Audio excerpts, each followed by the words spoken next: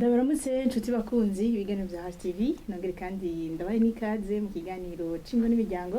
Ikiganiro cingo n'imiryango tuvuga ibikorwa by'umwami Yesu mu miryango yacu, mu ngo zacu, tukavuga niki twokora kugira ngo tubandanye tumwubaha muri wa mugambi wagutse uko twubaka ingo, tukubaka gushika Yesu agarutse. Tukiri mwisi tuzobango bazokubaka kurongorwa ariko hazogira igihe bihagarara aho Yesu azogarutse gutora ishengero. Ivyo navyo nivyo tuvuga muri kino kiganiro. Turavuga nibiki bigori ngo nibiki umwami Yesu adusaba nk'ingo, tukasengera abariko baradukurikira, tugasengera imiryango, aho tutareka no kubabwira ico umwami Yesu avuga turavye ijambo ry'Imana rivuga. Uno musi rero dushaka kuvuga nibiki bindi umwami Yesu ahamagarira ingo gukora. Ariko na cyane dushaka guhera ku ntango ya byose, dushaka guhera ku kivuga ngo mbega Imana kariyo muremyi w'ibintu byose, ari nayo yeremye urugo, ivuga iki ku rugo? Ibyo navyo tuza kubivuga twishimikije amajambo ari mu bibiri yayanje mwese musanzwe muzi. Nigiki umugabo ahamagarirwa, nigiki umugore ahamagarirwa, nigiki abana bahamagarirwa, gutyo bakacavuga ku rugo gubaha Imana. Turaza kuvuga aho bipfira, turaza kuvuga naho bigendeka neza. Uza kwidufashamo nawe sundi mutumire yashitse muri Kigeza HTV, turamuha ikaze kandi turarumwakiriye mu kiganiro cingo n'imiryango. Uno munsi ni Vital, amahoro Vital. Amahoro neza. Biri Vital. Pastor Vital Nizigiye. Pastor Vital Nizigiye niwe yaduteye iteka muri Kigeza HTV. Niyo tugomba tuyage kuri kino kintu, tuce tunatera tunamubaza n'ikibazo cyane tuvuga ngo twashaka duhere hahandi ku ntango ya byose. Mbega Imana mu kurema abantu, mu kubare muri wa mugambi wagutse wayo, haba hari mu rugo. Murakoze cyane kandi nshimiye cyane HTV n'abarundi bariko baratwumviza n'abandi kazi. Mu kurema kw'Imana kwa mbere iheje kurema ibintu byose yararemye umuntu, irema Adam, imaze kumurema imushira mu itongo muri Eden. Hanyuma rero imuha kwita amazina ibikoko byose n'ibiremwa byose. Hama rero avuga ngo si byiza ko uyu muntu ibana wenyene, ikimuha urugo imuhereza Eva. Aravuga ngo uyu nakagufa ko mu magufa yanje azokwitwa umugore kuko akuye mu mugabo. Akuye mu mugabo aranezerwa kubera abonye ishusho yiwe nawe aronse ikintu c'agaciro. Nuko Imana yaremye urugo igubaka irushira muri Edeni kugira ngo abo bantu babiri canke uwo mugore n'umugabo abari bo baganza Edeni n'ibiri muri yo. Umugabo yongera ibaha n'itegeko ry'ingene ibahaye ububasha bwa vyose, ariko irababwira ngo mu itanguriro 15 ubwira ati ibindi vyose muze mubirye, ariko iki giti kibonekesha ubugingo ntimuze mugikoreho. Irabaha ikizira kudakora, mugabo ibaha n'uburenganzira bwo gukora ibindi byose. Hari akarimbi yabashingi n'ivyo yabahaye ku burenganzira. Muri ivyo nyene mu kurema Adam, Imana yahavuye inimvira kari byo byiza gose muremeye Eva. Aho habatanguye couple ya mbere. Twabonye bibiri ivuga ni Adam na Eva. Mbega Imana ihejeje kwiyumvira ico kicapo c'urugo, ico gicapo c'abantu babiri babana, hariho amategeko yashinze, hariho ivyo yashinze ko bagenderamo. Mbega ivyo bagenderamo haraho bibiri bitubwira ivyo bategerezwa gukora nk'abantu babiri bubakanye. Murakoze. Hari amategeko canke ivyo babwiza gukora nk'abantu babiri bubakanye. Ugiye kuraba mu gitabo c'Abanyefeso igice caho ca 5 umurongo wa 22, umutwe w'amajambo avuga ngo umubano wo mu rugo w'abakristo abantu babiri. Aha haravuga 22 ngo bagore mugamburukira abagabo banyu nkuko mugamburukira umwami wacu. Nuvuga ngo harimwo itegeko Imana yahaye umugore canke yahaye abagore, ibabwira ngo bagore mugamburukire abagabo banyu nkuko mugamburukira umwami wacu.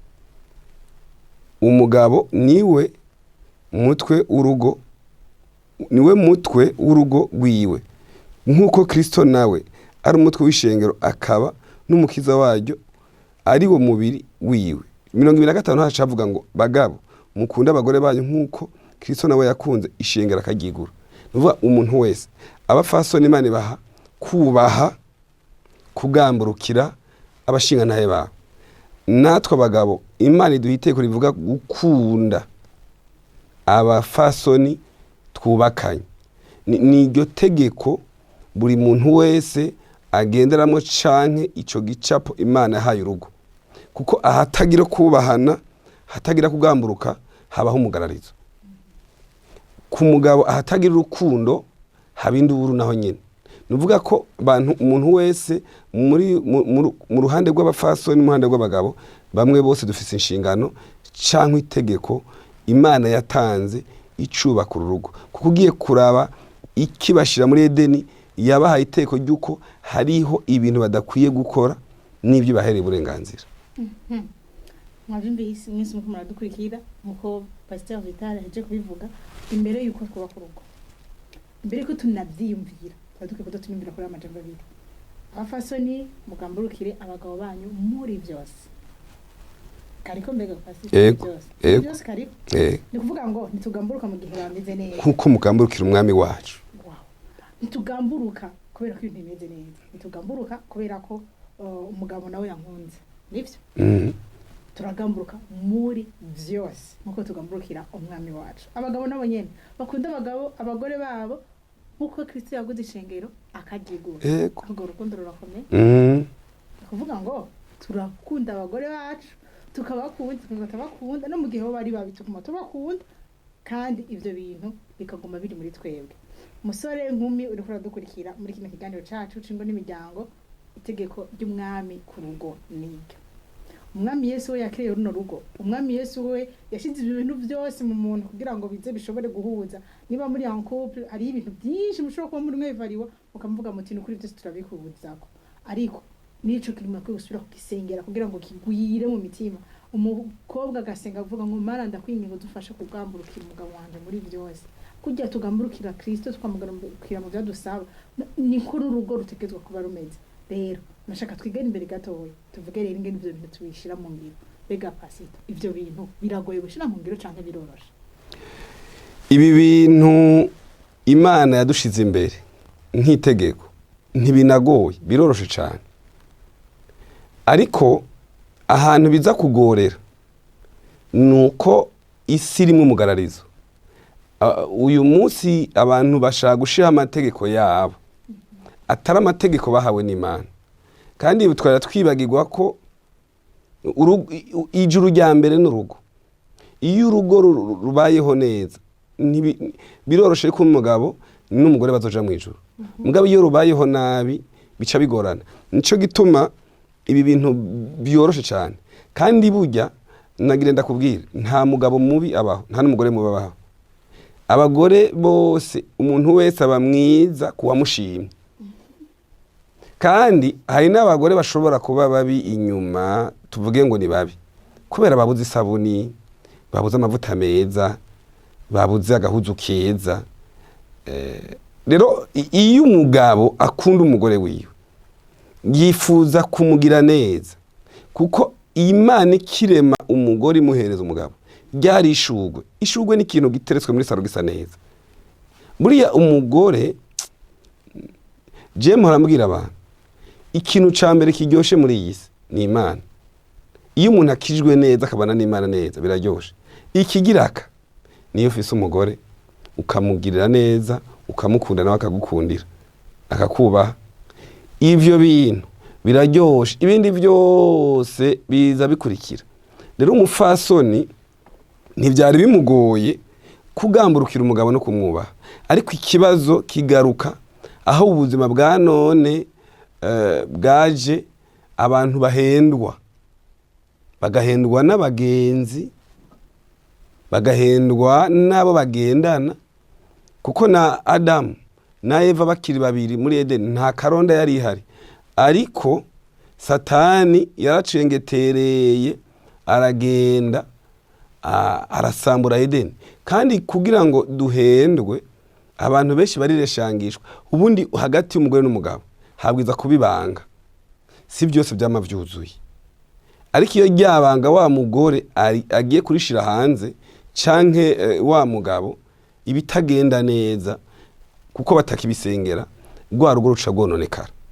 babwiza kugira ibanga bagasenga, kuko ugiye kuraba neza mu itanguriro havuga ingene iriya nzoka yaje ikabwira umugore ngo mbega hajya Imana yarabuje kujya muri biti byo muri Edeni, ariko Imana ntiyo yababuje avuga ati mugende byose, ariko mugabo yashaka gusubiza umugore yireshangishwe. Nivyo biriko birashikira ku ingo nyinshi abafasoni benshi, ugasanga ari yeshangishwe hega shaho nkusengere jewe mfise akagahuzu kamwe twaraye ubusa, ugasanga uri kurabibwira nawe araye busa gatatu, bigatuma urugo rero usambuka avuga ati reka ndakwereka usa gutyo umeze gutyo, oya bigatuma umwanya wo gusenga ucugabanuka, bashaka guhinda imitwe itariyo, bigatuma wonona urugo rwawe. Uriya mugore rero mu itanguriro bashabwira inzoka ngo byose yarabitwemereye, ariko iki umva inzoka ibimenye ibanga Imana yarababikije. Rero urugo ibintu byari bigoye nuko ibanga ryo mu rugo ryononekaye hagati y'umugore n'umugabo. Uyu munsi umugabo arashobora kugenda ugasanga akabwira umugore w'abandi, ushaka umukobwa w'abandi ngo urumva ngo umugore wanje ngo ibi nibi, ukamena ibanga. Mugabo wa mwanya wo gusengera ibitagenda neza, kumenya umurongo ntarengwa, bikaca vyononekara kubera urukundo ruke ruba rwatitutse ko wa mugabo. Ubwa mbere na mbere jewe ico numvise kinini kandi gifise agaciro mu byo pasteur aje kutubwira nuko urugo rwacu mu byo dukora kugira ngo tubandanye tuzigama ya majambo Imana yatubwira. Ubwo ica kintu ca mbere Imana yaturesponsabiliza, yavuze ngo mukundane mwubahane.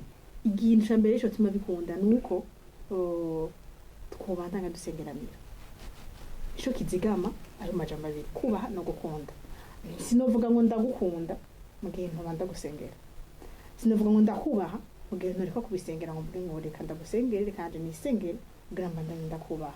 Ingo zacu zirakwiye gutungwa no gusenga, ingo zacu zirakwiye gutungwa n'abantu babiri bafite imyanya yo gusenga ikwiye. Mbega ko twe tugerageza ku créer des moments romantiques entre nous, entre les couples, kama couple agerageza guhana imyanya yo kuyaga.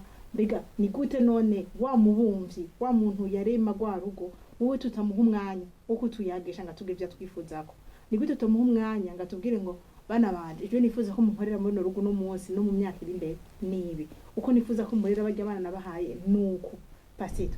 Nibaza yuko ikintu gikenewe cyane kandi gikwiriye nkuko tubimise kwa Pasteur Vital, nuko tuzigama ibanga Imana yaduhaye, naco nta kindi kidushobora kuzigama iryo banga ryo gukundana no kubahana ataruko dusenga Imana bitubwire ivyo itwifuzako. Tubandanye n'ikiganiro cacu aho turiko tuyaga ku bijanye n'ijambo ry'Imana c'Imana yo yaremye urugo itubwira. Mbega ivyo bintu uko ari bibiri, gukundana no kubahana, ego amakouple arasenga kandi nivyo bizigama uko gukundana no kubahana. Twashaka gushika kure twumva mbega niki kizotuma turambira muri runo buzima, muri rwa rugo ruryoshe uko mwabivuze, niki cyo bituma tubirambiramwo dusenga turi babiri dukundana? Nta bindi bintu bihari aba bantu babiri bubakanye bokora. Ikintu ca mbere aba bantu babiri bubakanye bokora no kudaharurukana, kudaharuruka umugore wawe, kudaharuruka umugabo wawe.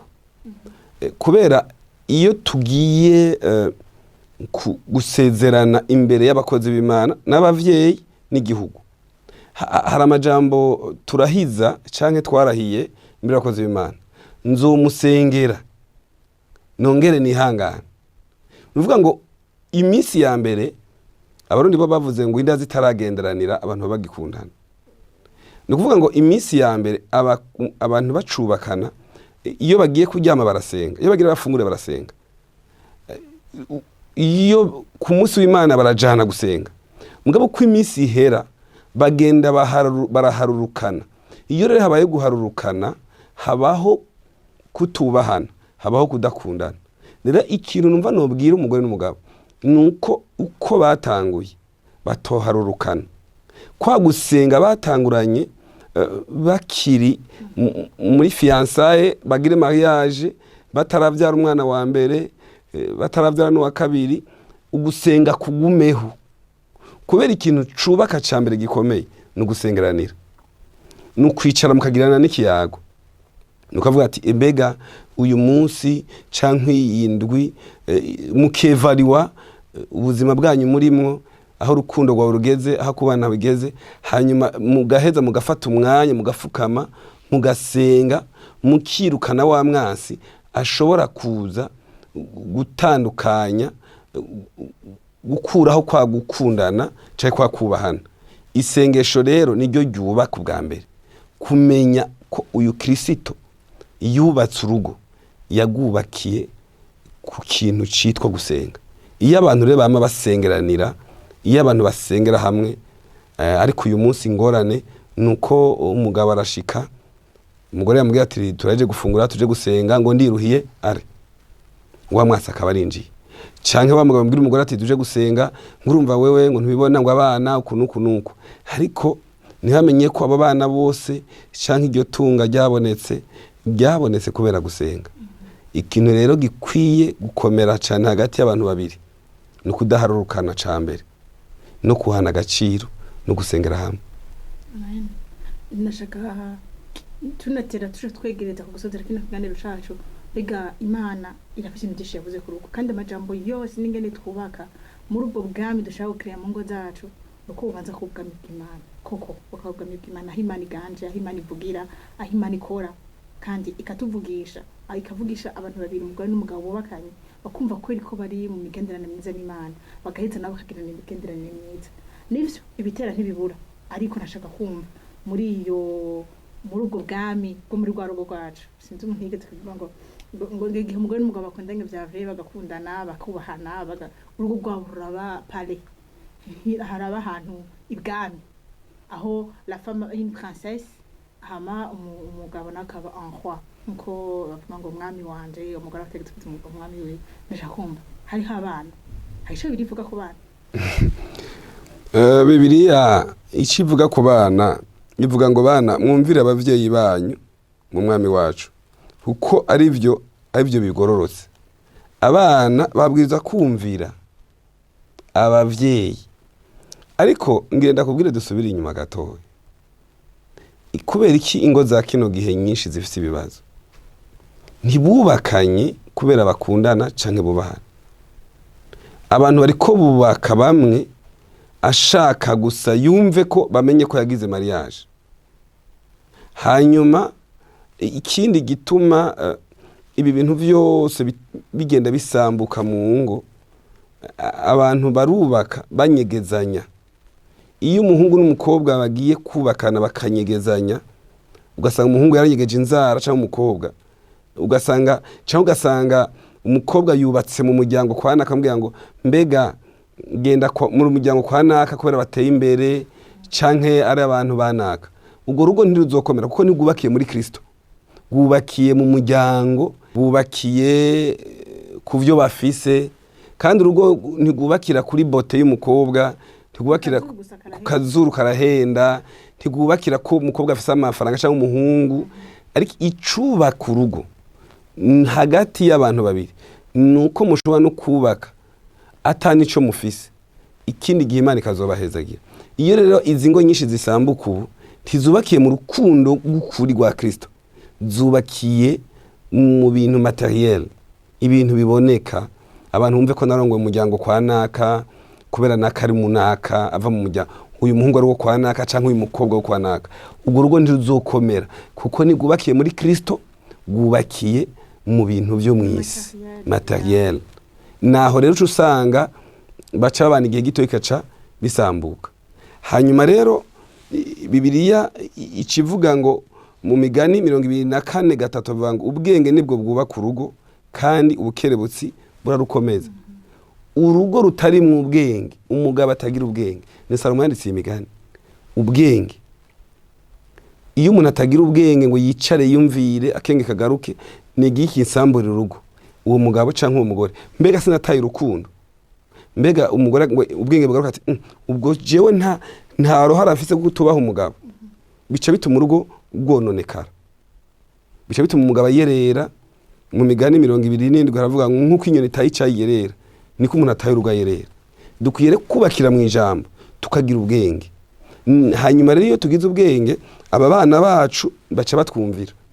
Ariko uyu munsi kubera ko abana batariko barumvira abavyeyi, nuko bimwe bituma abana batumvira abavyeyi, nuko natwe abavyeyi nta gicapo ciza duha abana. Usanga uyu munsi nta ndero nziza duha abana, kuko natwe ubwacu uyu munsi abagabo bitwa kubaha Imana usanga ariko baragendana n'abana b'abakobwa bangana n'abana babo, abana b'abahungu uko nyene. Ni ibibazo kubera agakiza abantu benshi baragatituye. Turi mu majambere, turi ahantu umuntu wese ari muri demokrasi ashaka kumoderniza agakiza, ariko nta gakiza kaba modere. Bibirivuga ngo uko Yesu yararejo n'uyu munsi niko ari. Tuguma rero mu mushinge wo kubaha ijambo ry'Imana. Ntitubaho ngo twigire ivyo dushaka, twubaha ijambo. Aba bana bacu mbega nimba batariko baratwubaha, eske je nk'umupapa nta ruhara ndabifisemo, nje nk'umumama nta ruhara ndabifisemo? Mbega aba bana ndiko ndarera ntubaha umugabo, bo bazokubaha iyo bagiye kubaka? Mbega jewe ntakunda umugore, bo bazokunda abagore babo? Mbega umuhungu wanje akuze abona nirwa ndakubita amakofe nyina nshika ngo yorofa ndamusha amate mu maso, we bizogenda gute? Uyu mukobwa abona isahani itava ku meza isaze, umugore haro gusokoza inzara n'ibintu vyose, nta kintu nakimaze guhereza intoki. Umwana ndiko ndarera wazokora iki mu rugo rwiwe? Kandi ico twibagira yuko dushobora kuba twararonse Imana ikaduha ubuzima bwiza, tushobora twibaza ngo n'abana bacu ubwo buzima bwiza bashobora kubutangurira mwoya, ariko twaranibagira yuko dushobora kuba twaratanguye n'ubuzima bubi. Aba bana rero bariko bagira ingorane kubera iki? Nta mwanya tugiha abana bacu, bakaca rero bakurana ingeso mbi, iri jambo ry'Imana bakirigendera. Ariko kandi riravuga ngo mwumvire. Mbega kumvira, eske twebwe turumvira abo twubakanye? Nta kibazo kiri, kuko abarundi baravuze ngo umwe ruvuye bukuru gakwira hose. Rero turiko tuba abana bacu bariko bagwa mu mivumo, turiko turakwega twebwe. Ugiye gusoma mu gucura intimba Yeremiya yanditse 5:7, ariko aracura intimba habaye iki? Aburahamu sokuzo w'amahanga, Imana abwiye ngo teramira ikimazi, ku mugoroba carasinzira. Uyu munsi abantu bw'abagabo benshi ntibagiteramiye ingo zabo. Namye mbaza abagabo, mbega muri hadica bica umwugariro? Umwugariro ngo ni biti ngo bugaza kwirembo? No, umwugariro ni umugabo. Kera umugabo niwe yugara urugo, ariko uyu munsi umugabo arashobora kurara mu kabari agataha saa 9 y'ijoro, umugore akaba ari uyugara. None wumva wa mwugariro uracariho canke urara mu kabari? Ba bana bakaca baryama batabonye se, noneho bakaca vyuka ijoro agenda, nta n'ikiyago gihari. Ba bana bazokubaha se gute bivuye? Naha rero ubona abavyeyi benshi bamwe birirwa bariko n'amafaranga, bakirwa mu nda z'indege, indero rikacibura, ukaca usanga biriko bironona ukubaha kw'abana, kubera nta mwanya abavyeyi tugifise ngo twicare n'abana bacu dusengere hamwe, tubabaze amakuru yabo, tubabwire ijambo ry'Imana. Yandero kuziko yaratakaye, tubabwire ingene umwana yigenza. Umwana rero acabura ico afata n'ico areka, ukaca usanga ishika kimwigisha, akacahura rero n'ivyo atari guhura navyo. Mugabo iyaba abavyeyi baricaranye n'abana bakaganira bagasengera hamwe, akamwereka umwongo uhuma n'udahuma, bica bituma wa mwana yubaha, akamenya n'ingene atinya isi, akamenya n'ingene asha yitwara. Mwakoze cyane gose, Imana ibahezagira. Namwe Imana ibahe umugisha. Ikiganiro cacu cari kiryoshe, nibaza yuko nitwasura kwa muganga muzotwitaba. Nzobitaba kandi murakoze, neje nimwampamagara nzobitaba kugira ngo dushobore gukomeza ingo zacu. Natwe ubwacu twubaka ingo zacu. Ndiko ndababazwa n'ingene ingo zacu, ingene igihugu ubundi igihugu gifatiye ku ngo, gifatiye kugwaruka, kuko ugwaruka iyo rupfuye kandi wiyo gwaruka rukuriye mu kwigisha ijambo ry'Imana, nta narutwara mu biyovyabwenge, ntabarutwara mu migumuko ngo rwaruka rurubaha Imana rukubaha n'abantu. Murakoze cyane. Imana bahezage. Murakoze cyane namwe bakunze ibiganiro bya HTV nkuko muje kuvyumva. Bibiliya Imana yararemye ubugo kandi ukururema yarashizeho n'ibitekanijwe byose. Iki gitabo ca Bibiliya kirimo amabanga menshi ajanye n'ingene koko kingo zacu, ariko ku bantu bagisoma nibo ayo mabanga yishurirwa. Shuti mukunzi uriko uradukurikira turakwifuriza gusoma Bibiliya. Nimba uno munsi wumva ucitse intege, nimba uno munsi wumva uzazaniwe, nta nkandi hari inyishu ziri muri Bibiliya. Ushaka kurera abana neza, biri muri Bibiliya. Ushaka ko abana bakumvira, biri muri Bibiliya. Ushaka gukunda umugabo wawe, ushaka kumwubaha, biri muri Bibiliya. Rero turakwifurije gusoma Bibiliya, gusenga Imana, kugaruka kuri nyene projet wa wundi yare mu gorgo rwawe, wa wundi agwitwararitse, wa wundi atunihira iminiko itovugwa ariko aradusengera, niwe wenyene ashobora gutunganya ivy'ingo zacu zikaba nzima, zikaba ingo zikunda Yesu, zikaba ingo ziteye imbere. Kandi nta na kimwe kitarimo muri Bibiliya. N'ingene twotira imbere birimo muri Bibiliya.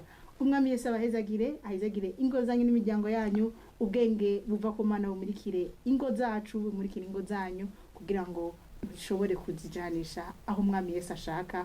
Umwami Yesu abahezagire.